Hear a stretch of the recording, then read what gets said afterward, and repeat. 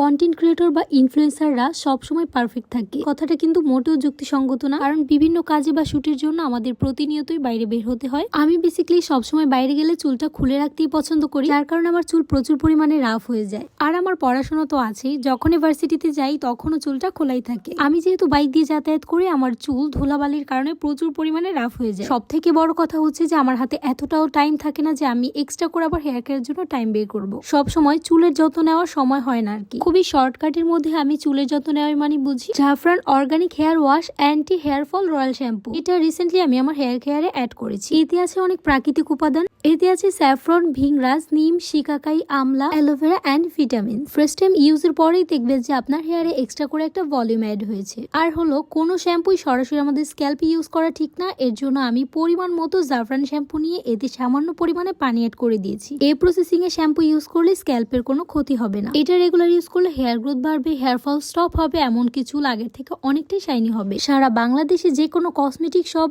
অথবা অনলাইনে ভালো বিউটি কেয়ার পেজগুলোতে তোমরা এই জাফরান শ্যাম্পু পেয়ে যাবে। তাছাড়া জাফরানের যে কোনো প্রোডাক্ট আসল কিনা নকল তা জানতে আমার স্ক্রিনে দেওয়া নাম্বার হোয়াটসঅ্যাপে ছবি পাঠিয়ে সহজেই জেনে নিতে পারবেন। সো আজকের ভিডিওটা এই পর্যন্তই। Thanks for watching.